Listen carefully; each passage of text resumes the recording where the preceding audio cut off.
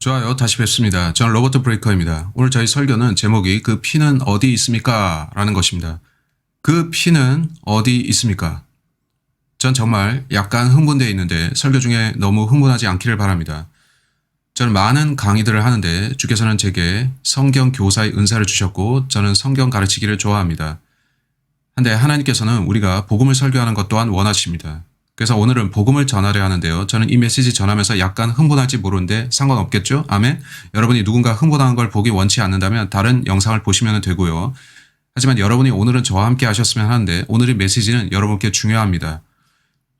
어쩌면 이것은 여러분이 들었던 것 중 가장 중요한 메시지일 것입니다. 왜냐하면 이것은 여러분의 영원한 생명, 영원한 구원, 또 하늘의 처소에 대한 이야기이기 때문이죠. 하늘의 저택들보다 더 중요한 게 무엇입니까? 제 말은 온 영혼에 걸쳐서 순전히 지고한 행복과 경이로움 가운데 여러분이 살 거란 말입니다. 네, 그건 중요합니다.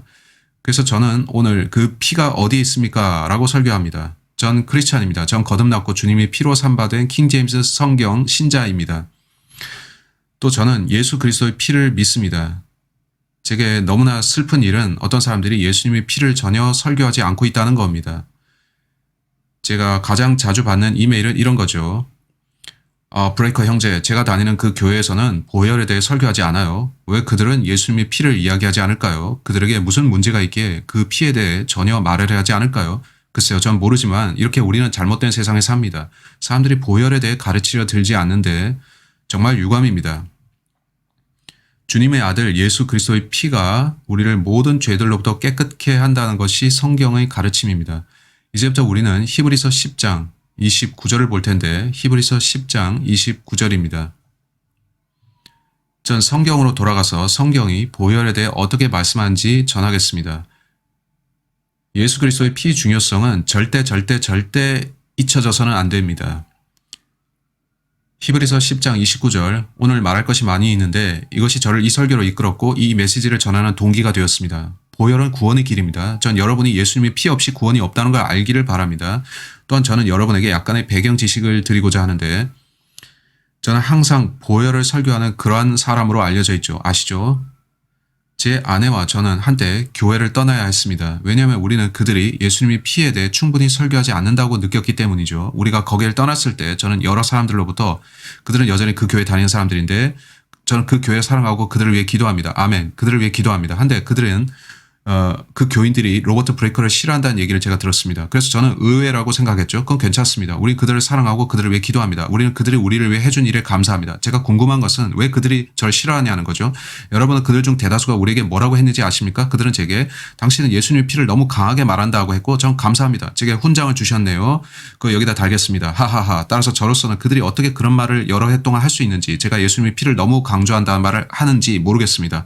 믿을 수 없습니다. 저는 우리가 언제나 예수님의 피를 가르쳐야 된다 믿습니다. 설교의 황태자였던 영국 침례계 목사 찰스 헤이든 스펄전은 말했죠. 저는 당신들이 4번의 설교 중 1번 이상은 예수님의 피와 복음에 대해 설교해야 된다고 생각합니다. 저는 매번 설교마다 복음을 언급하려고 노력합니다. 왜냐하면 구원의 메시지는 중요하고 전 여러분이 구원받기를 원합니다. 이제 히브리서 10장을 먼저 봅시다. 저는 오늘 그분의 피에 대해서 말할 것인데 제게는 이런 책이 있습니다. 헤이, 그 피가 어디 있나? 여러분이 제 cloudchurch.org의 북스토어에 오시면 서점에 책이 있습니다. 다른 책도 있는데 보혈의 중요성입니다. 제겐 돈이 중요치 않고 여러분이 그걸 사건 말건 필요 없습니다. 사실 여러분이 제 옛날 홈페이지 rrb3로 가시면 제 이름 로버트 레이 브레이커에서 딴 겁니다. rrb3.com, rrb3.com. 여러분이 거기 가시면 이 책들을 무료로 다운받으실 수 있습니다. 아시죠? 여러분이 이 정보 아시라는 겁니다. 여러분이 예수님의 피를 아시기 바랍니다. 애석하게도 많은 사람들이 그 피에서 벗어나고 있는데 그 피를 잊어버리고 피에서 돌아섭니다. 사람들은 제게 이런 메일을 보내는데 브레이커 형제, 저희 교회에서는 예수님의 피를 설교 안 합니다. 그러면 저는 거기서 나오십시오. 나와서 보혈을 설교하는 교회로 가세요. 보혈은 너무 중요합니다라고 하죠. 히브리서 10장 29절 본문은 이렇게 말씀합니다. 하물며 하나님의 아들을 발 아래 짓밟고 또 자신을 거룩해 한 그 언약의 피를 거룩하지 아니한 것으로 간주하고 보혈을 경시했다는 거죠. 28절에 따르면 그것이 정죄를 부릅니다. 27절에 따르면 그것은 심판을 부릅니다. 그러한 문맥입니다. 누군가 심판과 정죄를 받기에 합당하다고 하는데 무엇에 대해서죠? 26절 진리를 받고 나서 그것을 부정할 때입니다. 29절을 보세요. 더 심한 형벌을 받아야 마땅한지 생각하라. 따라서 하나님께서는 보혈을 설교하지 않는 자들을 벌하시는데 그런 말씀이죠. 하물며 하나님의 아들을 발 아래 짓밟고 또 자신을 거룩해 한 그 언약의 피를 거룩하지 아니한 것으로 간주하고 또 그 은혜의 영을 모욕하는 자가 얼마나 더 심한 형벌을 받아야 마땅한지 생각하라. 성경 본문에서 혹자가 그래 예수님의 피는 별거 아니야. 잊어버려. 중요치 않고 나는 관심 없어 라고 한다는 거죠. 자, 그러한 사람은 반드시 심판을 받을 겁니다. 그런 자는 벌을 받아 마땅한데 당신들이 배웠던 대로 가르치기를 멈춘다면 그렇게 됩니다. 우리는 지금 플로리다에 사는데 90번 고속도로가 지나다니는 지역입니다. 이곳은 밀턴과 피 리치, 페이스 그리고 펜사콜라가 통하는데 그 지역들은 기네스북의 기록상으로 세계에서 면적 대비 가장 많은 교회들이 밀집한 곳입니다. 그렇다면 우리는 매우 종교적인 지역에 살고 있는 것인데 제 말은 여기서 제가 운전하고 다니면 1마일당 5개에서 10개의 교회를 보게 된다는 거죠. 이 지역에는 아주 많은 교회가 있습니다. 그중에 일부는 문을 닫았죠. 그래도 아주 많은 교회들이 있는데 제가 어릴 때 제 기억에 부친께서 우리를 여러 교회들로 데리고 가셨죠.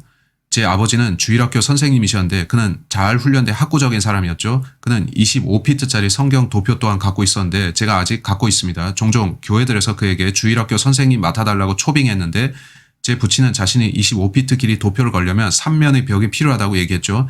제 부친은 그 도표를 통해서 세대적 진리를 가르치면서 또한 그는 보혈을 가르쳤죠.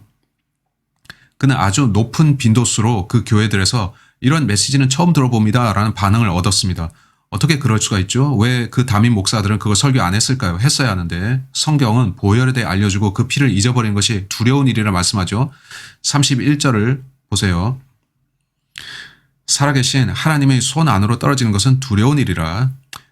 제 말은 보혈을 가르치는 걸 잊어버리고 살다 하나님 앞으로 가면 너 왜 보혈을 안 가르쳤느냐는 책망을 받는데 여러분은 본문 문맥에서 피의 중요성을 얼마나 강조한지 아시겠죠? 여러분은 은혜의 영을 모욕하거나 아들을 짓밟고 그리스도의 피를 거룩하게 여기지 않는 게 좋을 것입니다. 예수님의 피는 중요합니다. 우리 크리스찬들은 보혈과 구원을 전파해야 합니다.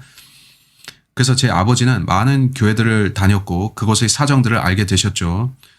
굽치는 많은 교회들에서 언제나 그 피를 믿는 믿음을 가르치는 교회를 원하셨고 나는 그 피를 믿는 믿음으로 구원받는 걸 설교하는 교회에만 간단다고 하셨습니다. 제가 나이 먹으면서 아버지가 그런 얘기 많이 했는데 2010년에 그는 돌아가셨고 그가 떠나시기 전에 이걸 얘기했습니다. 아버지는 아들아 내가 어떤 교회에 가거든 그곳이 보혈을 가르치는 곳인지 잘 보거라. 그들이 보혈을 안 가르치는지를 확인하거라고 하셨죠. 아시죠? 부친은 제게 말씀하기를 그가 나이를 드실수록 더 많은 목사들이 보혈에 대해 설교하지 않는 걸 본다고 하셨죠. 결국 부친께는 한 교회밖에는 남지 않았습니다. 많은 목사들이 달라졌고 그 신임 목사들은 보혈을 가르치지 않은데 결국 부친이 말하는 좋은 교회는 한두 곳만 남았습니다. 그가 그곳의 주일 설교 들어보니 보혈을 여전히 설교했습니다. 요즘은 그런 교회 찾기가 더욱 어렵죠. 한데 부친은 자기 당대의 모든 교회들에서는 언제나 목사들이 구원은 그 피를 믿음으로 받습니다 라고 설교했다고 하셨죠. 또 저 또한 기억나는데 몇몇 교회들에서 그랬습니다. 제가 구원받은 18살 이후에 저는 이 교회들로 갔고 거기서 목사가 이제 여러분은 예수님의 피를 믿어야 합니다. 그 피를 믿어야 구원받을 수 있습니다. 라고 설교하는 걸 들었죠. 제 일생 동안 전 지금 40대인데 점점 그걸 듣기가 힘듭니다. 왜 사람들은 피로부터 돌아설까요? 최소한 그들은 무시하거나 망각하는 것일까요? 이는 우리가 이 시점 즉 배교의 때에 살고 있어서죠. 아포스타시는 진리로부터 떨어져 나가는 것입니다. 저는 이런 말을 하기는 싫지만 제가 보니 바이블 빌리버라고 자처하는 많은 사람들이 심지어 제가 속한 독립침례교 커뮤니티 안에서도 그 피를 믿는 믿음을 가르치지 않는 경향이 있습니다. 이전에는 그렇지 않았는데 말이죠. 저는 그 피를 설교하는데 신실하기 원합니다. 그래서 저는 오늘 질문을 할 건데 이런 질문입니다. 그 피는 어디에 있는가? 당신의 교회에 그 피는 어디 있는가? 여러분의 교회는 그 피를 설교합니까? 그렇지 않다면 저는 그들이 이상하다고 보는데 그들이 신약을 믿는 선한 바이블 빌리버 교회가 맞습니까? 아니면 거짓 교회입니까? 이런 분이 있는데 여러 해 전에 그는 목사였고 제 부친이 그의 교회에 자주 갔습니다. 부친은 그의 성경학교에 다녔는데 사실 그곳은 제가 다닌 그 성경학교였습니다. 부친은 청강생으로 들어갔고 졸업장을 원치는 않았죠. 저는 그 학교 다녔고 3년 만에 학위를 받았습니다. 4년 과정을 3년에 압축한 건데 3년 과정이었습니다. 전 졸업까지 했고 원하신다면 학위 보여드리죠. 전 종종 이렇게 하길 원하는데 정말 웃기지만 어떤 사람들은 서로 공격합니다. 한 번은 제가 유튜브에서 로버트 브레이커라는 이름을 검색해 봤는데 거기에는 제 많은 영상들이 뜨면서 동시에 로버트 브레이커는 이단이다. 로버트 브레이커는 사기꾼이다. 로버트 브레이커는 기만자다. 로버트 브레이커 구원 안 받았다. 이런 영상들이 있더군요. 재밌었습니다. 그 말 한자들을 보니 그들은 보혈을 안 믿는 사람들이었습니다. 그들은 피를 믿으라는 걸 가르치지 않고 피의 중요성을 설교하지 않는 자들이었습니다. 근데 그들은 로버트 브레이크는 성경학교에 다녔는데 졸업도 못하고 쫓겨났다고 합니다. 하하하. 이게 제 졸업장입니다. 제가 이거 자판기에서 뽑은 것 같습니까? 저는 퇴학당하지 않았고 그건 누군가 거짓말하는 겁니다. 많은 사람들이 제게 연락해서는 브레이커 형제, 제가 그들의 영상을 보니 계속 거짓말합니다. 그들은 당신을 계속 모함합니다. 그들은 당신이 거짓말쟁이라고 합니다. 저는 정말 재밌습니다. 물론 사람들이 그런다는 게 서글프긴 합니다. 저는 그런 짓을 하지 않습니다. 제 시간을 써서 다른 사람들을 비방하지 않습니다. 아멘. 이건 저나 그들의 문제가 아니라 피에 대한 것입니다. 피에 대한 메시지로 돌아갑시다. 중2병처럼 서로 싸우는 일은 그만합시다. 아멘. 저를 공격하지 않는다면 저도 당신들을 공격 안 할 겁니다. 전 단지 여기서 성경은 이렇게 말씀한다고 여러분을 권면하고 일깨우는 겁니다. 헤이, 피를 보라고, 피를 보라고, 피를 보라고. 자, 피를 설교합시다. 오케이, 여러분은 피에 대해 가르칠 건가요? 그러길 바랍니다. 피를 간과하는 건 잘못된 겁니다. 그리스도의 피를 잊는다면 심판받습니다. 그렇다면 그 피가 어디 있나요? 많은 교회들에서 보혈이 실종되었는데 전 보혈을 추구하고 성경 어디서나 그것을 찾습니다. 제가 처음 피를 찾는 곳은 구약입니다. 구약 성경에는 온통 피에 대한 이야기가 나옵니다. 구약 성경은 아담과 이브의 스토리로 시작되죠. 아담과 이브가 처음에 있었습니다. 관련 구절들을 좀 보겠습니다. 구절들을 보겠는데 이는 이 책, 성경이 피의 책이기 때문입니다. 이 책 전체에 피가 흐릅니다. 여러분이 이 책을 읽는다면 이거 외에 다른 결론은 없습니다. 하나님께서 피에 기반해서 인간을 다루신다는 거죠. 사람의 죄가 용서받고 못 받는 것은 피의 희생이 드려졌는가에 좌우됩니다. 구약 전체가 그렇다면 신약이라고 다를 이유가 무엇이 있겠습니까? 다만 차이점은 누구의 피인가인데 구약은 짐승의 피였다면 신약은 예수님의 피란 겁니다. 본문 몇 구절 봅시다. 전 여러분에게 피의 중요성을 상기시키고자 합니다. 저는 절대 예수님의 피를 잊지 않을 것입니다. 저는 보혈을 설교하기를 결코 멈추지 않은 설교자로 기억될 것입니다. 왜냐하면 저와 제 아버지는 그것을 잊어버린 목사들을 많이 봤기 때문이죠. 우리는 성경이 그것을 배교라고 부르는 걸 보는데 여러분이 우리 선조들이 설교한 것들을 더 이상 가르치지 않으면 그렇게 되죠. 여러분 우리 조상들이 보혈을 설교했던 거 압니까? 그들은 바울처럼 했고 교회 역사 전체에 보혈을 설교하고 보혈의 믿음을 가르친 자들이 넘쳐납니다. 저는 로마에서 가르친 대로 작은 금잔에 든 포도주 말하는 게 아닙니다. 그건 보혈이 아니고 술이죠. 그건 피가 아닙니다. 전 예수님의 진짜 문자적 피를 말하고 있습니다. 자, 이제 창세기 3장 21절. 아담과 이브는 금지된 열매를 먹음으로써 하나님께 죄를 지었습니다. 성경에서 유일하게 금지된 열매는 포도인데 많은 사람들은 그건 사과입니다 라고 하지만 성경은 사과가 아니라고 합니다. 그러한 생각은 고대 신화에서 왔고 히랍 신화의 금사과에서 온 것입니다. 많은 사람들이 성경과 이교, 철학을 섞으려 하는데 그러면 안 됩니다. 그러지 않는 게 좋습니다. 그들은 이 금단의 열매를 먹음으로써 죄를 지었는데 그게 혹시 포도 열매였을까요? 전 모릅니다. 하지만 성경에서 금지된 유일한 열매는 포도라는 게 다른 본문에 있습니다. 21절 보시면 또 주 하나님께서는 아담과 그 아내에게 가죽으로 옷들을 만들어 그들에게 입히시니라. 아담과 이브가 죄를 짓자 하나님께서 하신 일은 짐승을 잡아서 분명 그 짐승은 어린 양이나 양이었을 텐데 그게 맞을 겁니다. 그들의 자식들 중 하나가 똑같이 했으니까요. 하나님께서는 한 짐승을 잡으셨고 그는 너희는 이 짐승이 흘린 피를 기억해야 한다. 피가 내 진노를 누그러뜨린다. 피 없이는 너희 죄를 용서하지 않겠다고 하셨죠. 우리는 선례를 보는데 하나님 자신이 세우신 선례로서 인간의 죄들을 위해 뭔가가 죽어야 했습니다. 그 무엇의 죽음이 하나님의 진노를 멈췄는데 그게 아니면 하나님의 진노가 죄인에게 그냥 쏟아집니다. 아담과 이브가 죄를 짓자 하나님께서는 좋다. 나는 이 짐승을 죽여서 피를 흘린 후 너에게 가죽옷을 입히겠다. 그리고 더 나아가서 우리는 아벨을 봅니다. 여러분은 카인과 아벨을 알 테죠. 아셨기 바랍니다. 카인과 아벨 이야기 아시겠죠? 카인이 하나님께 나아가고 아벨도 나아가는데 그들은 자기들의 죄를 위해 제물을 갖고 갔습니다. 둘 중 하나는 열매와 채소들을 갖고 갔는데 하나님은 난 그걸 받지 않겠다고 하셨죠. 하나님께서는 당신의 수고의 열매를 원하시는 게 아니라 피의 희생을 원하십니다. 어떤 죄 없는 것이 죄인을 위해 죽으라는 거죠. 창세기 4장 1절에서 5절 사이를 읽고 무슨 일이 생기는지 보세요. 4절에서 아벨도 자기 양떼 가운데서 첫 배 새끼들과 그 살찐 것을 가져왔더니 주께서 아벨과 그의 제물은 받으셨으나 카인과 그의 제물은 받지 아니하셨더라. 자, 왜 이렇게 된 것입니까? 아벨은 자기 양떼 가운데 첫 배 새끼들을 가져왔는데 그는 양들을 가져와서 죽여 그 피를 흘리는 희생제를 드렸습니다.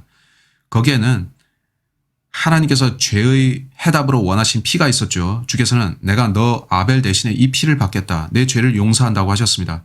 카인은 어떻게 되었나요? 그는 격분해서 동생을 죽였는데 그는 하나님께서 자기를 거부하신 것에 분노했죠. 그는 하나님께 나와서 저 받아주세요. 제 행위를 보고 받아주세요. 절 보세요. 하나님 제 한 일을 보세요. 헤이 여기 제 행위를 받아주세요. 하나님께서는 난 내 행위를 받지 않는다. 그건 죄인의 행위다. 내가 하는 모든 것이 죄다. 내가 내게 요구하는 것은 피 대속을 믿으라는 건데 그래야 내가 너를 용서할 수 있다고 하셨죠. 그러니 카인이 어떻게 했습니까? 그는 피를 실종시켰습니다. 하나님은 이로 인해 그를 받지 않으셨습니다. 레위기 17장 11절로 가봅시다. 성경에서는 이후에 모세라는 사람을 부르셨는데 여러분은 이스라엘 민족의 내력을 알 것이고 출애굽기에서 그들이 떠난 것을 알죠. 하나님께서 그들을 광야로 보내셨고 주께서는 그들에게 율법을 주셨습니다. 구약 율법을 말하는 거죠. 그것은 모세의 법이기도 했습니다. 하나님께서는 율법하에서 무엇을 말씀하셨나요? 율법하에서 하나님은 모세에게 피의 희생제를 드리라고 했는데 그게 죄사함을 준다는 것이었죠. 따라서 레위기 17장 11절 보면 이는 육체의 생명이 피에 있음이라 내가 그것을 너희에게 주어 제단 위에서 너희 혼들을 속죄케 하였나니 자 이것은 혼의 죄들을 속죄하는 겁니다. 성경은 이것을 속죄죄라고 하는데 속죄가 뭡니까? 우린 이걸 피의 대속이라고 부르는데 피의 대속이란 피가 드려질 때 속죄나 용서가 있다는 겁니다. 여기서의 관건은 피가 드려졌는가 아닌가입니다. 따라서 성경은 피의 책인데 성경의 모든 장에 피의 희생이 보이죠. 자 계속 보면 이는 혼을 속죄케 하는 것이 피이기 때문이라. 따라서 죄사함을 이루기 위해서는 죄사함이 뭐죠? 용서죠. 따라서 피 없이는 죄사함이 없습니다. 근데 당신들은 왜 피를 빼먹는 것입니까? 저는 피를 빼먹지 않습니다. 저는 피를 설교하는데 그게 중요하기 때문이죠. 피를 통해야만 죄 용서가 있습니다. 우리가 짐승 제사를 드리지 않아도 되는 것에 하나님께 감사하세요. 구약 율법 시대는 그걸 드려야 했습니다. 레위기 4장으로 가봅시다. 이걸 읽어드리겠는데 다 읽을 시간은 없지만 레위기 4장 여러분 스스로 27절에서 35절까지를 읽어보세요. 자 27절을 먼저 보시면 만일 일반 백성 중 어떤 사람이 무지하여 그들이 죄를 짓는다는 거죠. 그러면 그들이 해야 하는 일들이 있습니다. 27절 끝에 보면 죄가 되거나 라고 하는데 그러면 28절에서 그는 짐승 곧 암염소 새끼를 드려야 합니다. 29절에서는 속죄 제물의 머리에 안수하고 번제물의 장소에서 속죄 제물을 잡을 것이오라 하는데 따라서 그는 이런 말을 하는 거죠.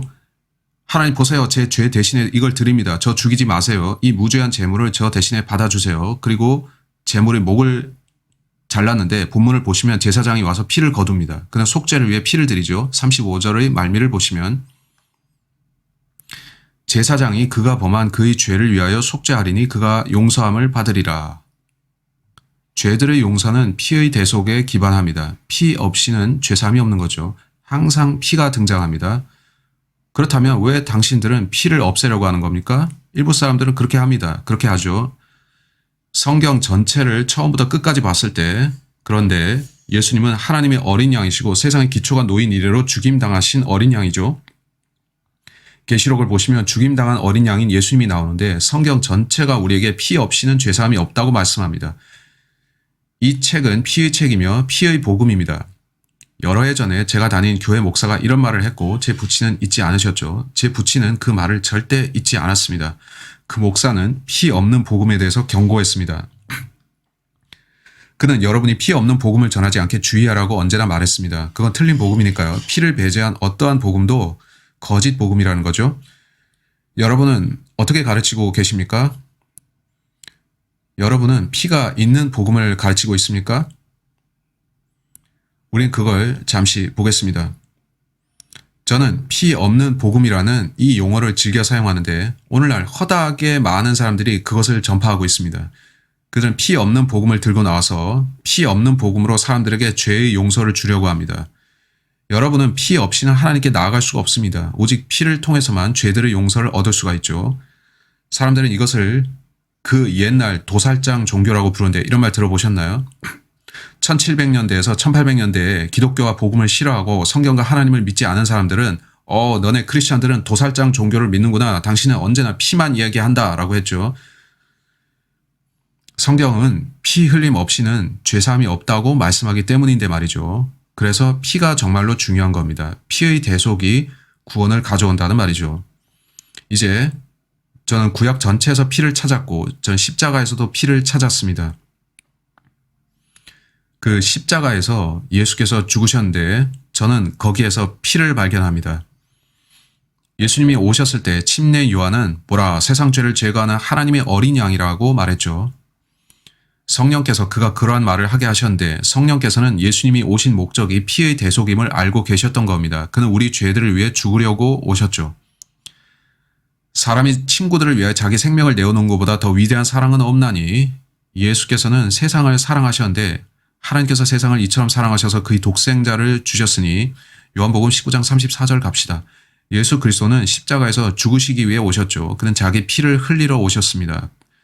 그는 그렇게 하셨는데 온 세상의 죄들을 대속하기 위한 자신의 귀한 피를 십자가에 흘리셨습니다. 저는 십자가에서 그 피를 발견합니다. 요한복음 19장 34절은 말씀합니다. 그 병사들 중 하나가 창으로 주의 옆구리를 찌르니 거기에서 피와 물이 나오더라. 예수 그리스도는 그저 피만 흘리신 게 아니라 마지막 한 방울까지 다 쏟으셨습니다. 다 쏟으시면서 물 또한 남기지 않고 다 쏟으셨죠. 피 한 방울까지 다.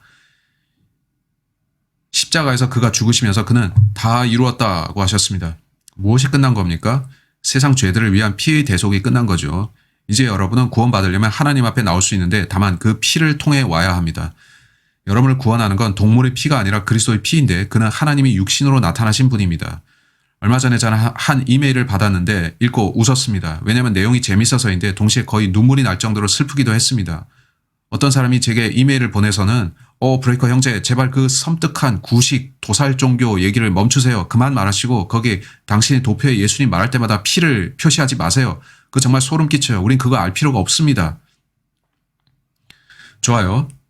저는 계속 할 겁니다. 저는 멈추지 않을 겁니다. 아시죠? 이제부터 저는 더 많이 피를 그릴 겁니다. 이는 그 피만이 우리 죄를 용서하기 때문입니다.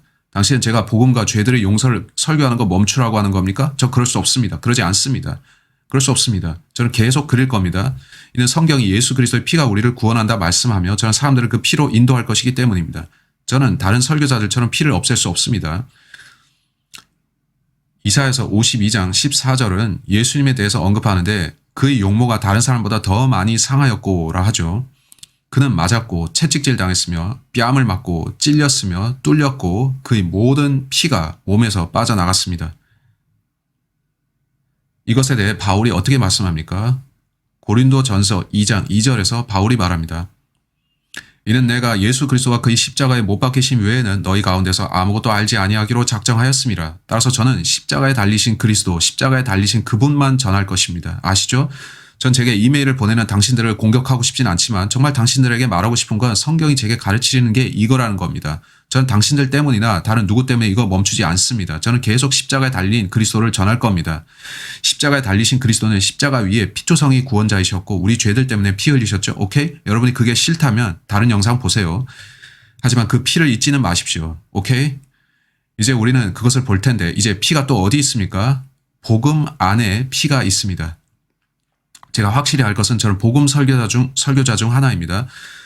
저는 요새 이런 것을 보는데 목사들이 복음을 설교하지 않습니다. 많은 사람들이 다른 복음을 전하고 있습니다. 피 없는 복음을 전합니다. 그들은 하나님께 그저 당신의 마음에 들어오라고 청하세요. 혹은 예수님께 구원해 달라고만 하세요. 하나님 전 죄인입니다. 부디 저를 구원해 주세요. 라고 말하기만 하라고 합니다. 그건 하나님께 나아가는 근사한 방법인데 여러분이 구원받고자 하는 뜻은 확인됩니다. 구원받기 위해 하나님께 나오는데 그 태도 말이죠. 하지만 성경은 피가 필요하다고 합니다. 여러분의 방식은 구원받으려고 하면 피와 상관없이 하나님께 나오라는 것인데요. 하나님께는 그게 아니다.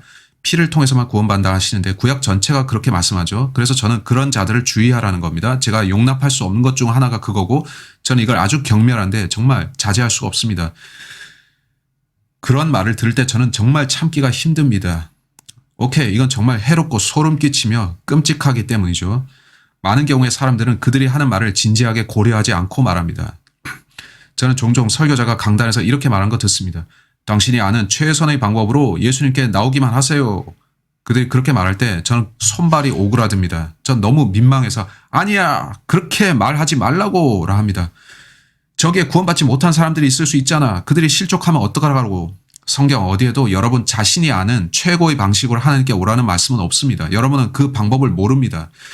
여러분이 아는 최선의 방법은 잘못된 길입니다. 여러분이 최선의 방법으로 믿어서 구원받는 저 힌두 교도들도 그들 나름의 최선의 방법으로 속죄를 얻으려 하는 걸 아는데 카톨릭 교도들도 그렇게 하고 제7일 안식 교도들도 그럽니다. 제 말은 여러분의 방식은 틀렸다는 겁니다. 여러분이 최고의 방법을 안다면 성경을 그냥 버리세요. 여러분이 최고의 방법을 아니까 말이죠. 아닙니다. 성경은 여러분이 하나님의 말씀한 길로 와야 된다고 합니다. 여러분은 하나님의 말씀한 방식대로 피를 통해 주님께 와야 합니다. 따라서 설교자가 서서 당신이 아는 최고의 방법으로 하나님께 오십시오라 하는 거 보면 당신은 왜 그런 멍청한 말을 하는 겁니까? 당신이 아는 최고의 방식은 하나님의 방식이 아닙니다. 성경은 사람에게 옳게 보이는 길이 있으나 그 끝은 죽음의 길들이니라고 말씀합니다. 당신이 생각하는 그 길은 잘못된 길입니다. 그 길은 당신을 저 아래 다른 세상으로 보낼 겁니다. 여러분은 자신이 생각하는 최선의 방식으로 구원받지 못합니다. 그런 가르침은 복음의 본질을 훼손시킨 겁니다. 복음은 우리에게 하나님께 가는 유일한 길이 있다고 하는데 그건 피를 통한 길입니다. 전 여러분에게 어떻게 그 피로 오는지 말씀드린 겁니다. 전 피에 대해서 잊으시고 당신이 생각하는 최선의 방식으로 하세요라고 하지 않습니다. 저는 그러지 않고 앞으로도 안 그럴 겁니다. 누군가 그런 말을 하는 거 들으면 괴롭습니다. 하나님께 오세요. 당신 방식으로 그건 복음을 망치는 겁니다. 저는 그런 거 싫어합니다. 그거는 누군가 피를 제대로 설교하는 걸 들을 때 저는 마음이 기쁩니다. 그래서 그들이 당신 나름 최선의 길로 오세요라고 하면 헤이 피는 어디 있나라고 합니다. 왜 피를 없앴죠? 대체 왜 그런 어리석고 멍청한 말을 합니까? 여러분이 성경을 안다면 예수님은 그런 말씀을 절대 안 하셨음을 알 겁니다. 예수님은 피를 통해서 오라고 하셨죠. 내가 너희를 위해 한 일을 통해 내게 오라. 피의 대속을 통해 내게 오라. 그가 하신 방식대로 그리스도를 통해서 오세요. 당신들 방식으로 하지 마시고요. 여러분은 그 길을 모릅니다. 당신이 알아야 할 것은 구원받기 전에 알아야 할 지식이 있다는 건데 그거 아셨나요? 자, 다시 본문으로 돌아갑시다. 고린도전서 15장으로 갑시다. 저 오늘 탄력 받았습니다. 마태복음 13장으로 갑시다.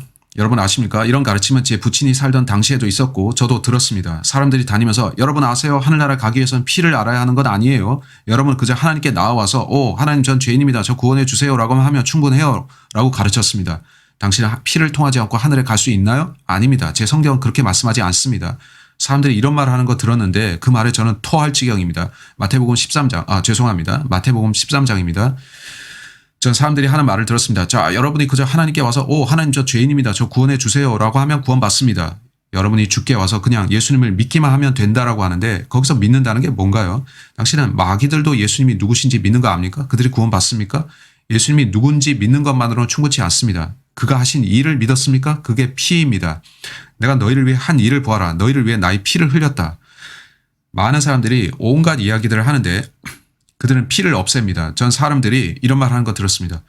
자, 당신이 구원받기 위해 알아야 할 것은 전혀 없습니다. 그저 하나님께 나와서 하나님 저 구원해 주세요 라고만 하면 됩니다.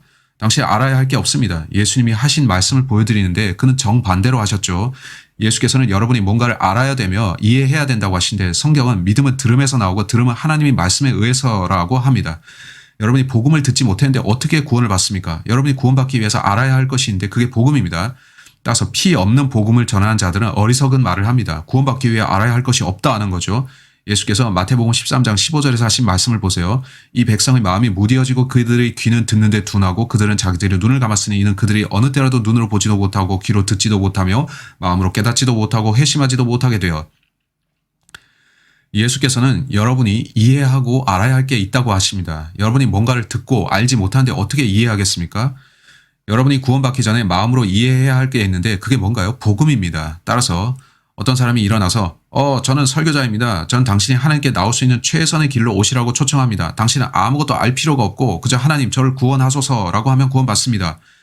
그렇게 가르친다면 그 사람은 피 없는 복음을 가르친 건데 그들은 자기가 무슨 말을 하는지 모릅니다. 성경은 여러분이 뭔가를 알아야 된다고 하죠. 저는 no soul salvation을 전합니다. 여러분이 알아야 할 게 있습니다. 그걸 알게 되면 이제 당신은 마음으로 그걸 믿어야 됩니다. 행위로 구원받는 게 아니라 그 피의 대속의 복음이고 예수께서 하신 일임을 알아야 됩니다. 복음을 아주 빨리 보겠습니다. 복음을 고린도전서 15장 1절 4절로 나오는데 고린도전서 15장 1절 4절은 말씀합니다. 형제들아 내가 너희에게 전한 복음을 이제 너희로 알게 하노니 저 여기 출력해 왔습니다. 내가 너희에게 전한 복음을 알게 하노니 만일 너희가 내가 전한 복음을 굳게 잡고 헛되이 믿지 아니하였다면 복음을 통하여 너희도 구원받은 것이라. 자, 헛되이 믿는 게 뭐죠? 헛된 거는 없다는 겁니다. 무의미하다는 거죠. 헛된 거는 없다는 겁니다. 여러분은 뭔가 믿고 있습니까? 아니면 헛된 걸 믿고 있습니까? 여러분은 뭘 믿습니까? 여러분이 그 무엇도 믿지 않았다면 구원받지 않았습니다. 많은 사람들은 저 구원받았습니다. 저 아무것도 몰랐습니다만은 구원받았습니다. 당신은 구원받지 않았습니다. 여러분은 뭔가를 알아야 됩니다. 내가 받은 것을 먼저 너희에게 전달하였나니 이는 성경대로 그리스도께서 우리 죄들로 인하여 죽으시고, 여기서 how에 주목하세요. 그리스도께서 우리 죄들로 인해 성경대로 어떻게 죽으셨냐는 거죠. 그는 장사되셨다. 성경대로 셋째 날 살아나셨습니다. 여기서 how가 중요합니다. 복음은 예수 그리스도의 죽음, 장사된 부활입니다. 그는 성경대로 우리의 죄들을 위해 죽으셨죠. 그것이 무슨 뜻입니까? 성경 전체에서 피를 주제로 다루고 있다는 것입니다. 따라서 성경은 예수님의 피가 우리를 구원한다고 합니다. 본문은 그리스도께서 어떻게 죽으셨냐 하는 것을 언급합니다. 그가 어떻게 죽으셨습니까? 그는 세상 죄들을 위한 피의 대속 제물로 죽으셨습니다. 따라서 그 피가 없다면, 제가 한 사람이 말한 거 들었는데 그 이름 말하지 않겠고 그는 거물이고 아주 유명 목사입니다. 한 번은 이 사람이 나와서 말하기를 여러분을 구원하는 것은 예수님의 피가 아닙니다. 피는 중요하지 않습니다. 피가 아니라 그냥 죽으심입니다. 피가 아니라 죽으심이 우리를 구원합니다. 그 말을 듣고서 저는 예수님이 보혈을 부정하는 저 사람이 심판 때 받을 형벌이 어떨지 생각했습니다. 그게 사실이라면 미스터 유명한 설교자 양반, 당신이 누구든 나는 그 이름을 밝히지 않겠지만 우리가 죽으심을 통해 구원받지 피를 통해서가 아니라면 당신은 예수님이 단지 이를테면 갈릴리 바다에 익사하셨어도 괜찮다는 얘기입니까? 그가 익사하시는 방식으로 죽으셨어도 우리가 그것을 통해 구원받을 수 있냐는 거죠. 예수님이 어느 날 밤 잠드셨는데 다시 깨어나지 못하고 자다가 죽으셨으면 우리는 그분의 죽음을 통해 구원받을 수 있습니까? 저는 아니라고 생각합니다. 예수님이 산길을 걸어가시다가 넘어져서 돌에 머리를 부딪혀서 죽으셨다면 우리는 그가 길 가다 실족해서 머리가 깨져 돌아가셨으므로 구원받는다고 하겠나요? 아니요. 성경 그렇게 가르치지 않습니다. 성경은 피를 통한 구원을 말씀합니다. 따라서 죽음이 아닌 피라는 거죠. 물론 그는 죽으셨지만 어떻게 죽으셨나요? 킹제임스 성경 전체에서 가장 중요한 단어가 바로 이 how입니다. 그리스도가 어떻게 죽으셨는가? 그가 어떻게 죽으셨는가? 피 흘려 죽으셨죠. 따라서 복음은 그리스도의 피입니다. 그가 어떻게 죽으셨나요? 어떻게 죽으셨나요? 피 흘리셨습니다. 따라서 복음 안에 피가 있습니다.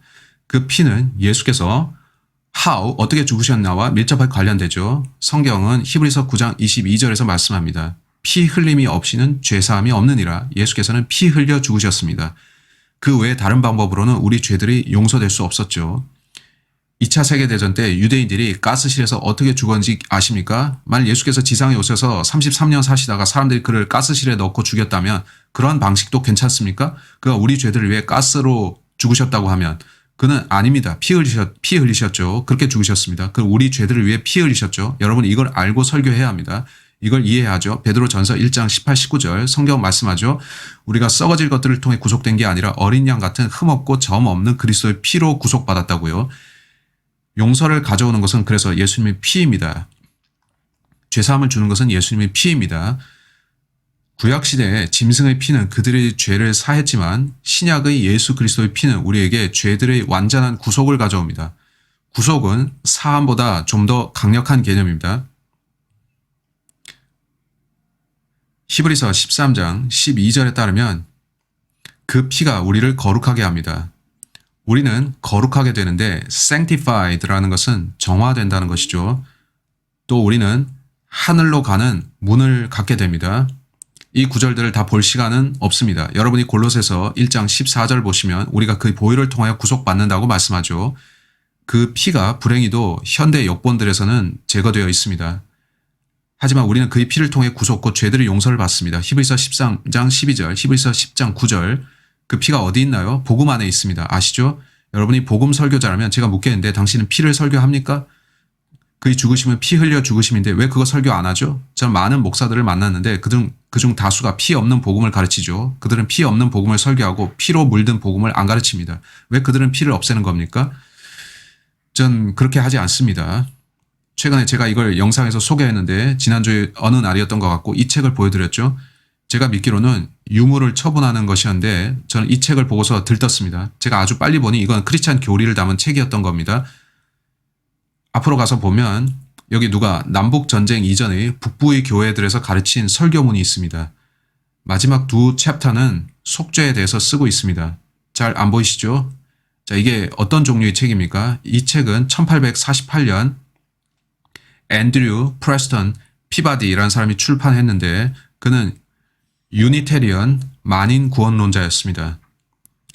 이 책 전체에서 그는 기독교 교리가 이렇게 가르친다라고 말하면서 자기는 그걸 안 믿는다라고 하고 있습니다. 그는 예수 그리스도의 흘려진 피가 우리를 구원하는 게 아니라고 합니다.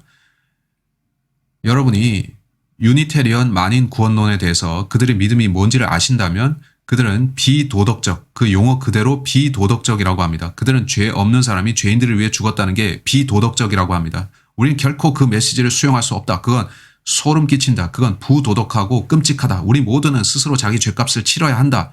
라고 주장하는데 웃기는 얘기죠. 그들의 교리에는 자기들이 죄를 안 믿는다고 하고 있습니다. 그렇다면 그들은 자기들의 잘못이나 그런 거를 말하는 거겠죠. 저는 이 책을 읽으면서 마음이 슬펐습니다.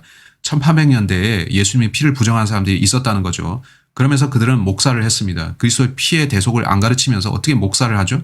성경의 내용은 온통 예수님과 그의 흘리신 피인데요. 여러분은 그것으로 죄 용서를 받습니다. 그 목사가 구원 받았을까요? 그의 말을 보면 보혈을 거부한 것인데 그렇다면 그는 확실한 정죄를 받을 것이고 그의 말에 책임을 질 것입니다. 그러면 그 피가 어디 있나요?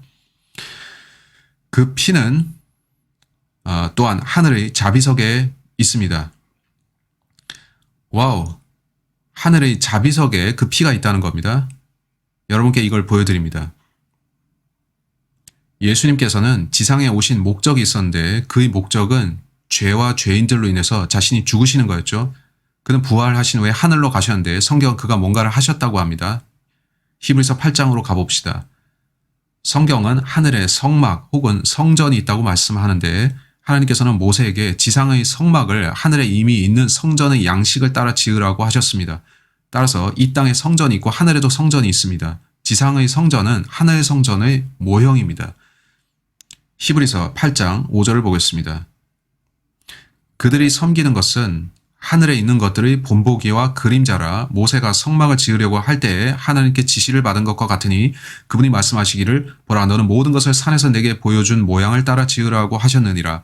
그러나 이제 그는 예수님을 언급합니다. 더 좋은 약속들 위에 제정된 더 좋은 언약의 중보자이신 만큼 더욱 훌륭한 직분을 얻으셨느니라. 7장 22절에서는 a better testament라 하죠. 이 피는 더 나은 피이기 때문이죠. 보시면 구약은 짐승들의 피로 맺어진 언약입니다. 신약은 하나님의 피에 근거한 언약이죠. 구약의 근거는 짐승의 피였던 것이고 신약은 온통 예수님의 피로 맺어졌습니다. 자, 이것은 하나님의 피인데 하나님께서 여러분의 죄들을 위해 그의 피를 흘리셨죠. 본문을 조금 더 읽어보겠는데 이렇게 말씀합니다. 7절 만일 그 첫 번째 언약이 흠이 없었더라면 두 번째 것이 요구될 여지가 없었으리라. 오케이. 구약은 흠이 없지 않았습니다. 문제가 좀 있었습니다. 그 언약은 죄들의 사함만 가져왔고 그래서 예수께서 오셔서 신약을 시작하시면서 여러분에게 죄들의 용서함을 주신 겁니다. 그 용서함은 전부 그의 피로 된 것입니다. 온통 피를 얘기하는 겁니다. 건너뛰어서 9장으로 가서 11절을 봅시다. 그러나 그리스도께서는 다가올 선한 것들의 대제사장으로 오셔서 손으로 짓지 아니한 곧 이러한 건물이 아닌 더 크고 더 온전한 성막을 통하여 염소와 송아지의 피로 아니하고 오직 자신의 피로 한 번 성소에 들어가셔서 우리를 위하여 영원한 구속을 이루셨느니라.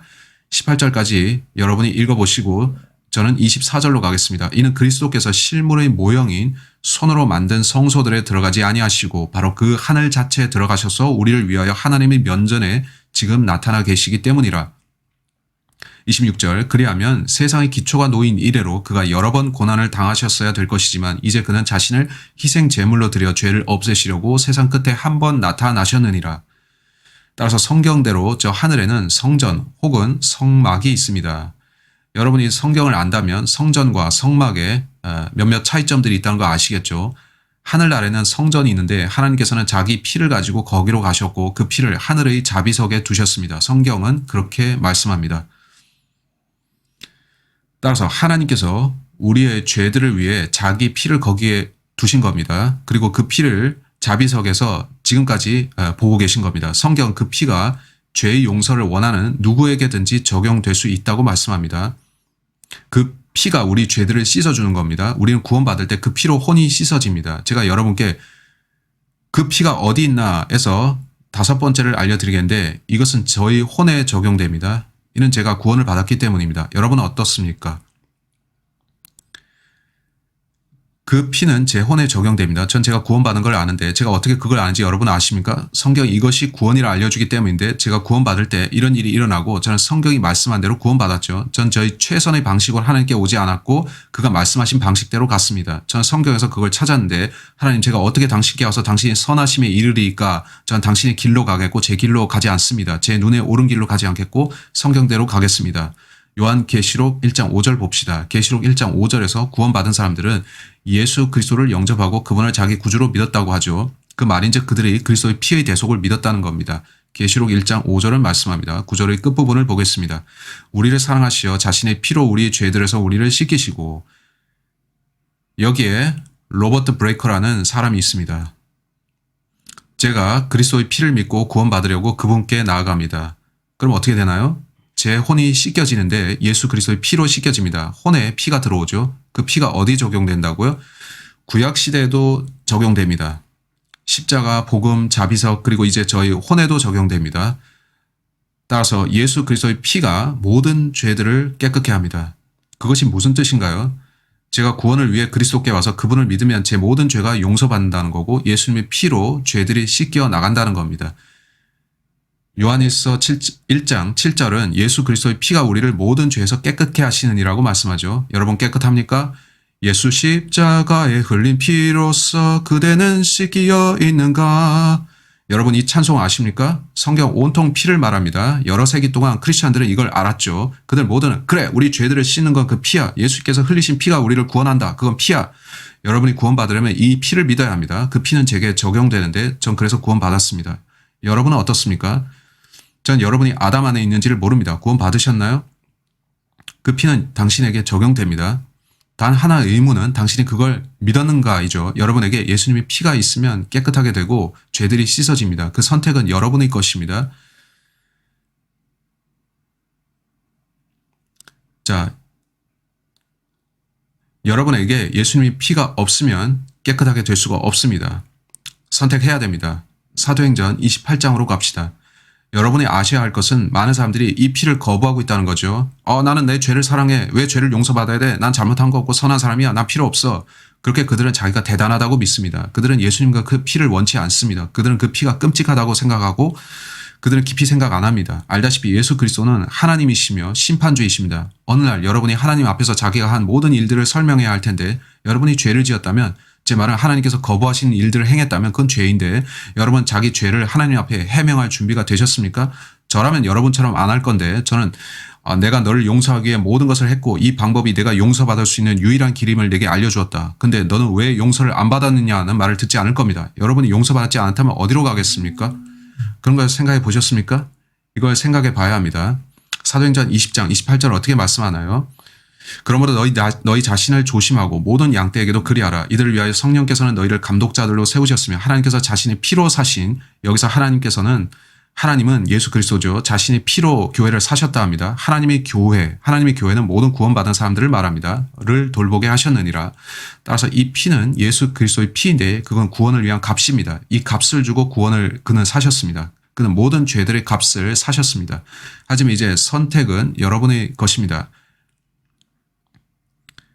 여러분은 이 피의 거래를 받아들이겠습니까?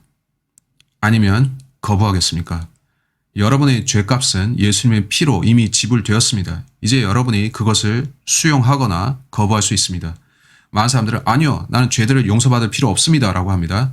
죄값이 지불되었는데도 그럽니다. 나쁜 소식이 있는데 당신은 자신이 원치 않는 장소로 가서 거기서 죄값을 치를 겁니다. 여러분이 오케이 저는 죄 용서를 정말 원해요. 어떻게 하면 죄 용서를 받나요? 어떻게 할까요? 라고 하면 성경은 믿음을 통해서라고 합니다. 성경은 믿음을 통해 구원을 받는다고 합니다. 에베소서 2장 8, 9절은 너희가 믿음으로 구원받는데 그건 너희에게서 난 게 아니라고 합니다. 그건 선물이고 행위에서 난 것이 아닌데 아무도 자랑하지 못하게 하려 하심이라고 합니다. 따라서 믿음으로 구원받죠. 이건 의도적으로 through를 이렇게 쓴 거죠. 오케이, 믿음으로 관건은 무엇을 믿느냐입니다. 어떤 사람들은 그저 예수님만 믿으세요 라고 하는데 예수를 믿으라는 그게 무슨 뜻인가요? 성경은 매우 구체적이고 쉽고 간단하게 말씀하는데 성경 우리가 정확히 뭘 믿어야 되는지 알려줍니다. 뭘 믿으라는 거죠? 그분의 피를 믿으라는 겁니다. 그분의 피를 믿어야만 됩니다. 로마서 3장 25절로 갑시다. 로마서 3장 25절. 하나님께서는 그의 피를 믿는 믿음을 통하여 그를 화목 제물로 세우셨으니 이는 하나님의 오래 참으신 가운데서 이전에 지은 죄들을 사하심으로 인하여 그의 의를 선포하려 하시며, 성경 아주 평이하고 분명하게 말씀합니다. 여기에 제가 언더라인 밑줄을 치겠는데 필요합니다. 이게 성경이 가르치는 것이라면 우리는 그걸 믿어야 합니다. 제 마커펜이 다 됐습니다. 저는 성경이 말씀한 그대로 믿기 원합니다. 그래서 저는 성경을 문자 그대로 믿을 텐데, 성경은 그리스도께서 여러분의 화목 제물이라 합니다. 화목 제물이 뭐냐면 문자적으로 진노를 누그러뜨리는 행위를 말합니다. 그건 대체물 같은 건데 예수께서 저희 죄를 대신해 죽으셨고 저를 위해 죽으신 거죠. 말하자면 저 대신에 제 자리에서 죽으셨습니다. 따라서 제가 그가 저희 죄값을 지불하기 위해 하신 일을 받아들이면 영원의 저 끔찍한 불타는 장소에서 제 스스로 죄값을 안 치러도 된다는 겁니다. 이제 저는 그가 저희 죄값을 지불하신 것을 그냥 믿은 건데, 그러면 죄가 용서된 겁니다. 어떻게 저희 죄들이 용서받습니까? 그의 피를 믿음으로 용서받습니다. 아시죠? 제가 이걸 묻겠습니다. 당신은 그리스도의 피를 믿었습니까? 저기 어떤 사람들은 그 피를 믿을 필요는 없고 피를 신뢰할 필요 없습니다. 단지 자신에게 최선의 방식으로 예수님께 오면 됩니다. 하나님께 구원해 달라고 하세요. 피는 잊어버려요. 헤이, 피는 어디 갔나요? 왜 당신은 그걸 빼버리나요? 성경은 당신이 그 피를 믿어야만 그분이 여러분의 화목 제물이 되신다고 하는데 말입니다. 이거 해묵은 논쟁인 거 아십니까? 구원의 방법론과 우리가 믿어야 할 것들에 대한 논쟁이죠. 저기 어떤 사람들은 이 브레이커라는 사람은 항상 피만 떠들어대는데 그는 무식한 사람이다. 구원받기 위해 피를 알아야 될 필요가 없다고 하는데 정말 그럽니까? 상상해 보세요. 당신이 구약으로 돌아가서 구약 유대인에게 당신이 구원받기 위해 피는 필요 없습니다라고 하면 그 유대인은 우리 종교는 온통 피에 대해서 말하고 있고 율법도 피를 드리라고 하는데요. 그럼 당신은 그럼 바보 같은 말이 어디 있습니까? 당신 생각이 없군. 피에 대해서 잊어버리시오라고 할 텐데, 그는 아니 당신은 이단입니다. 당신은 율법을 대적합니다. 율법에는 우리가 희생제를 드려서 피로 죄사함 얻으라고 하는데 말입니다. 그들은 피가 무슨 뜻인지 알았고 구약 사람들은 피를 신뢰했습니다. 그들은 희생제물의 피가 드려지기 전에는 안심하고 잠들지 못했죠. 그래야 그들은 휴, 이제 내 죄가 용서받았다 했죠. 그렇다면 왜 신약이라고 다릅니까? 유일한 차이점은 이제는 짐승의 피가 아닌 예수님의 피라는 겁니다. 성경은 여러분이 그의 피를 믿어서 구원받는다고 말씀하죠. 전 이 사람들에게 정말 염증이 나는데, 그들은 브레이커, 이자는 이단이다. 그는 피를 통해서 구원받는다는데 여러분은 피를 믿을 필요가 없다라고 하죠. 그러면 성경이 거짓말입니까? 그렇다면 우리 모두 한번 술 마시고 취해봅시다. 전 여러분을 바에서 만날 것인데 담배도 피우고 술도 한 잔 걸칩시다. 그리고 다 잊어버립시다. 하나님 거짓말 하셨으니까. 아닙니다. 전 그렇게 믿지 않습니다. 저는 피를 설교하지 않는 당신들과 같이 될 수가 없습니다. 전 아닙니다. 성경은 당신이 그 피를 꼭 믿으라고 했습니다. 저는 그렇게 믿었고 성경을 믿고 있습니다. 저는 그 피를 절대로 제외할 수 없습니다. 그의 피,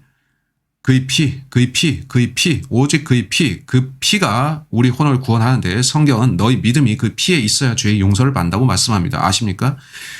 예수께서는 헤이, 내가 너를 위해서 피를 흘렸다. 너 그걸 믿겠니? 거부하겠니? 라고 하시죠. 로마서 5장 11절이 뭐라고 말씀합니까? 로마서 5장 11절. 그뿐 아니라 이제 우리로 속죄를 얻게 하신 우리 주 예수 그리스도를 통하여 하나님 안에서 또한 즐거워하느니라. 따라서 구원은 뭔가를 받는 겁니다. 받는 것. 그걸 어떻게 받냐 하면 믿음을 통해서 받습니다. 우리는 믿음으로 받습니다. 우리가 뭘 받습니까? 속죄를 받습니다. 따라서 여러분은 피의 대속을 믿어야 합니다. 어떤 속죄라고요? 피를 통한 속죄, 피의 대속입니다. 성경은 가르치기를 여러분이 피의 대속을 믿음을 통해 받아들이라, 피를 믿는 믿음으로 받아들이라고 합니다.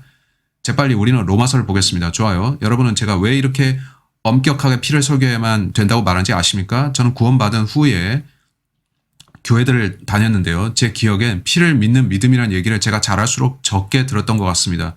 이전엔 그것들을 가르쳤었는데 제 부친도 같은 얘기를 하셨고, 그가 어렸던 시절에는 교회들을 가면 항상 같은 메시지를 들었답니다. 그들은 같은 용어를 썼는데, 헤이, 당신은 그 피를 믿었나요? 피를 믿었나요? 예수 그리스도의 피를 믿었나요? 제 부친이 돌아가시기 전에 그는 제게 아들아, 매우 소수의 교회들만 이걸 가르치는구나 라고 하셨죠. 누군가가 배교한 겁니다. 누군가가 피 없는 복음을 가르치기 시작한 겁니다. 피는 어디로 갔습니까? 헤이! 피는 어디로 갔습니까? 왜 그들은 피를 멀리합니까? 저는 아닙니다. 저는 제 묘비명에 이 사람은 피를 설교했다고 쓰기 원합니다. 저는 그런 사람으로 남을 것입니다. 피를 설교한 사람. 왜냐면 제 성경은 피를 믿어서 여러분이 구원받는다고 하니까요. 여러분이 그걸 부정하고자 한다면 책임을 지셔야 합니다. 당신이 다른 걸 가르치고자 한다면 당신에게 책임이 있습니다.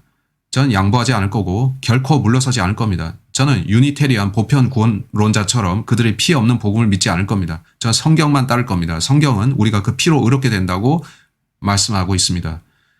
의롭게 된다. 여러분은 justified라는 단어를 유심히 보셨나요? just if I'd. 여러분이 의롭게 될 때 just if I'd never sinned가 됩니다. 여러분이 예수 그리스도의 피를 믿고 구원받으면 하나님께서 여러분을 보실 때 이 사람은 피로 씻겨졌으니 그는 마치 전혀 죄를 짓지 않은 사람과 같다고 하시죠. 이는 그가 자신의 모든 죄들을 용서받았기 때문입니다. 성경 우리가 세 가지를 통해 의롭게 된다고 합니다. 우리가 의롭게 되는 그 세 가지 보세요. 로마서 3장, 저는 기억으로 말씀드리는데 로마서 3장 24절, 로마서 5장 1절, 또 로마서 5장 9절입니다. 성경 우리가 의롭게 될 수 있는 세 가지를 말씀합니다. 첫째, 로마서 3장 24절, 그리스도 예수 안에 있는 구속을 통하여 그의 은혜로 값없이 의롭게 되었습니다. 따라서 우리는 하나님의 은혜로 의롭게 됩니다. 하나님의 은혜로 인해 주님께 감사하세요. 율법을 지키지 않아도 되니까요. 율법의 행위들로 구원받지 않습니다. 행위를 통해서가 아닌 은혜로 구원받습니다. 로마서 5장 1절은 또 이렇게 말씀합니다. 그러므로 우리가 믿음으로 의롭게 되었으니 우리 주 예수 그리스도를 통하여 하나님과 화평을 갖느니라. 따라서 구원은 믿음으로 말미암아 은혜로 받는데 에베소서 2장 8절 9절은 너희가 믿음으로 말미암아 은혜로 구원을 받았으니 이것은 너희에게서 난 것이 아니요 하나님의 선물이라고 하는데 즉 믿음으로 말미암아 은혜로 받습니다. 무엇을 믿는 거죠? 로마서 5장 9절. 그러므로 이제 그의 피로 의롭게 되었으니 더욱더 우리가 그를 통하여 진노로부터 구원받게 되리라. 따라서 구원에 대해 가장 잘 설명하려면 성경에 따르면 피 없는 복음을 가르치면 안 되고 피로 물든 복음을 가르쳐야 됩니다. 이렇게 말하는 거죠. 헤이, 성경은 우리가 하나님의 은혜로 의롭게 된다는데 그 은혜는 하나님의 은혜를 말합니다. 우리는 믿음을 통해 하나님의 은혜로 의로워집니다. 어떤 믿음이죠? 다른 누군가의 믿음이 저를 구원하나요? 다른 누가 제가 구원받은 사람이라고 믿으니까 제가 구원받나요? 아닙니다. 제가 믿어야 합니다. 제가 대속을 믿어야 합니다. 제 스스로 그걸 받아들여야 합니다. 제가 그걸 받아들일 때 제가 믿는 것입니다. 그럼 뭐죠? 저는 예수 그리스도의 피로 구원받는다고 믿어야 된다는 것입니다. 따라서 성경은 구원이 예수 그리스도의 피를 믿음으로 온다고 합니다. 이것이 저희 가르침이고 제가 봤던 옛날 목사들로부터 듣고 배웠던 가르침입니다. 안타깝게도 그들 중 다수는 더 이상 그렇게 가르치지 않고 여러 해 전 제가 알던 한 목사는 피에 대해 설교했고 지금은 그렇게 강조하지 않습니다. 애석하죠. 어떤 이들은 아니라고 할 겁니다. 그들은 논쟁하는데 오케이, 한 번은 제가 식당에서 한 목사와 논쟁했죠. 전 정말 마음이 무거웠습니다. 왜냐면 그 목사가 피는 중요하지 않고요. 저는 피에 관심이 없고 그걸 꼭 알아야 되는 거 아니에요. 같은 식으로 말했기 때문이죠. 전 생각하기에 이 사람 뭐가 잘못된 거지? 제가 존경했던 그 사람이 우리는 식당에서 마주 앉아 있었는데 저는 약간 흥분하고 있었습니다. 왜냐하면 저는 이 주제로 단 한 번도 양보한 적이 없었기 때문이죠. 예수 그리스도의 피가 당신을 구원합니다. 오케이? 당신이 그 피를 믿으면 구원받습니다. 피 없는 복음을 가르치는 당신은 틀린 겁니다. 아시죠? 저는 세상 학문을 많이 배우진 않았지만 성경에서 그 피를 믿으라고 말씀한 거는 알고 있습니다. 그래서 저는 예수님의 피를 믿습니다. 여러분은 어떻죠? 오케이? 제 이 생각에 공감하십니까? 피 없는 복음이 아닌 피 있는 복음을 가르칩시다. 그 레스토랑에서 저는 상황이 좀 웃기게 됐다고 생각했죠. 전 좀 큰 소리로 떠들고 있었고 계속 아니 성경 그게 아닙니다. 결국 우리가 레스토랑에서 떠나 헤어질 때 한 커플이 와서 제게 말을 걸었죠. 아멘. 그때는 일요일 오후였는데 제가 일요일 오전에 교회에서 설교한 후에 일요일 오후에 그 식당에 가서 또 그 메시지 전하는 걸 그 사람들이 들은 거죠. 전 상황이 웃기게 됐다고 생각했죠. 그 커플은 계속 보혈을 설교해 주세요. 우리는 감사하고 당신에게 동의합니다라고 했습니다. 그래서 저는 피에 대해 설교하는 것을 멈추지 않습니다. 제가 아는 한 가지는 계속 가르쳐라. 그리고 사람들에게 피는 어디 있는가라고 묻는 겁니다. 피는 어디 있습니까? 왜 저기 저 사람들은 피를 빠뜨립니까? 성경 전체에 피가 흐르는데 그 사실을 어떻게 부정하겠습니까? 성경은 오늘 피에 물든 복음을 가르치라고 하는데 또한 피의 적신, 구약 율법 또한 전파합니다. 여러분이 죄를 지을 때 핏이 죄를 짓겠지만 여러분의 죄들을 해결할 피가 있어야 합니다. 그래서 예수께서는 피 흘리셨습니다. 율법은 구원할 수 없기 때문에 그가 오셔서 자신의 피를 흘리셔야 했습니다. 복음은 그리스도께서 어떻게 죽으셨는가인데 그건 피투성이 복음입니다. 그가 어떻게 죽으셨나요? 피 흘림이 없었다면 죄사함이 없었을 것이기에 그는 피 흘리셔야 했고 피투성이로 죽으셔야 했습니다. 그는 그 피를 하늘로 가져가셨는데 저는 1992년 7월 29일 구원받았습니다. 그날 그 피가 내려와서 제 혼을 씻었습니다. 이제 유일한 질문은 당신에게 있습니다. 이게 당신이라고 해봅시다.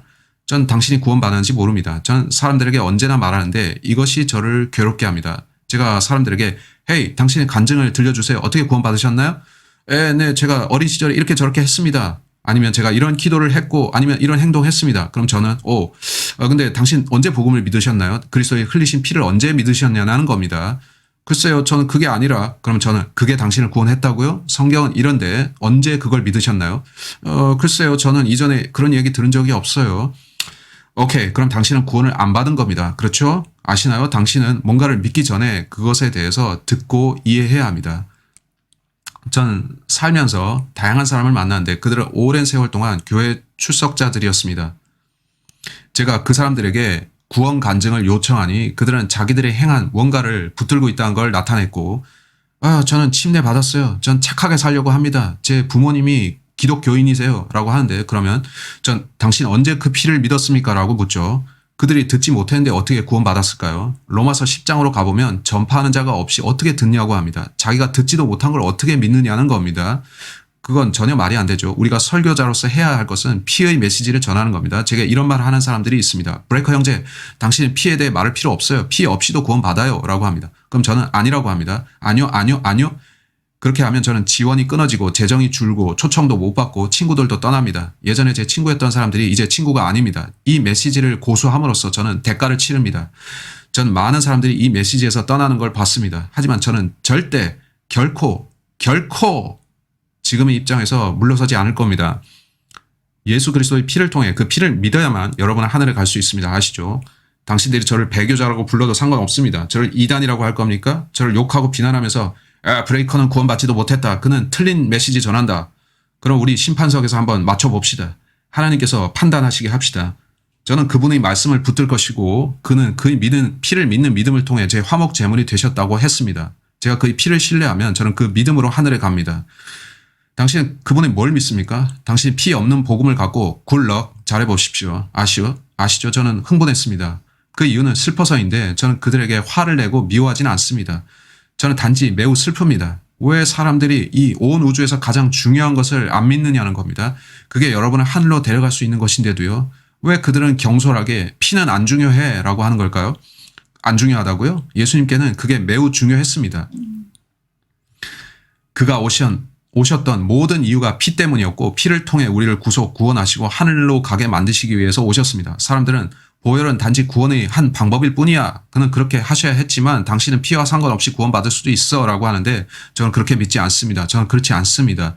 전 여러분이 오직 예수 그리스도의 피를 믿어야 구원받는다고 가르칩니다. 당신은 언제 그 피를 믿었나요? 우리가 히브리서 10장 29절로 시작했으니 동일한 같은 구절로 끝냅시다. 오케이, 저는 물러서지 않을 거고 예수 그리스도의 피를 설교한 것에 대해서 사과하지 않을 겁니다. 제 성경은 제게 그렇게 말씀하는데 그 피를 믿는 믿음으로 구원받는다고 하죠. 여러분은 어떻게 속죄 받았습니까? 믿음으로죠. 여러분은 속죄를 받아야 합니다.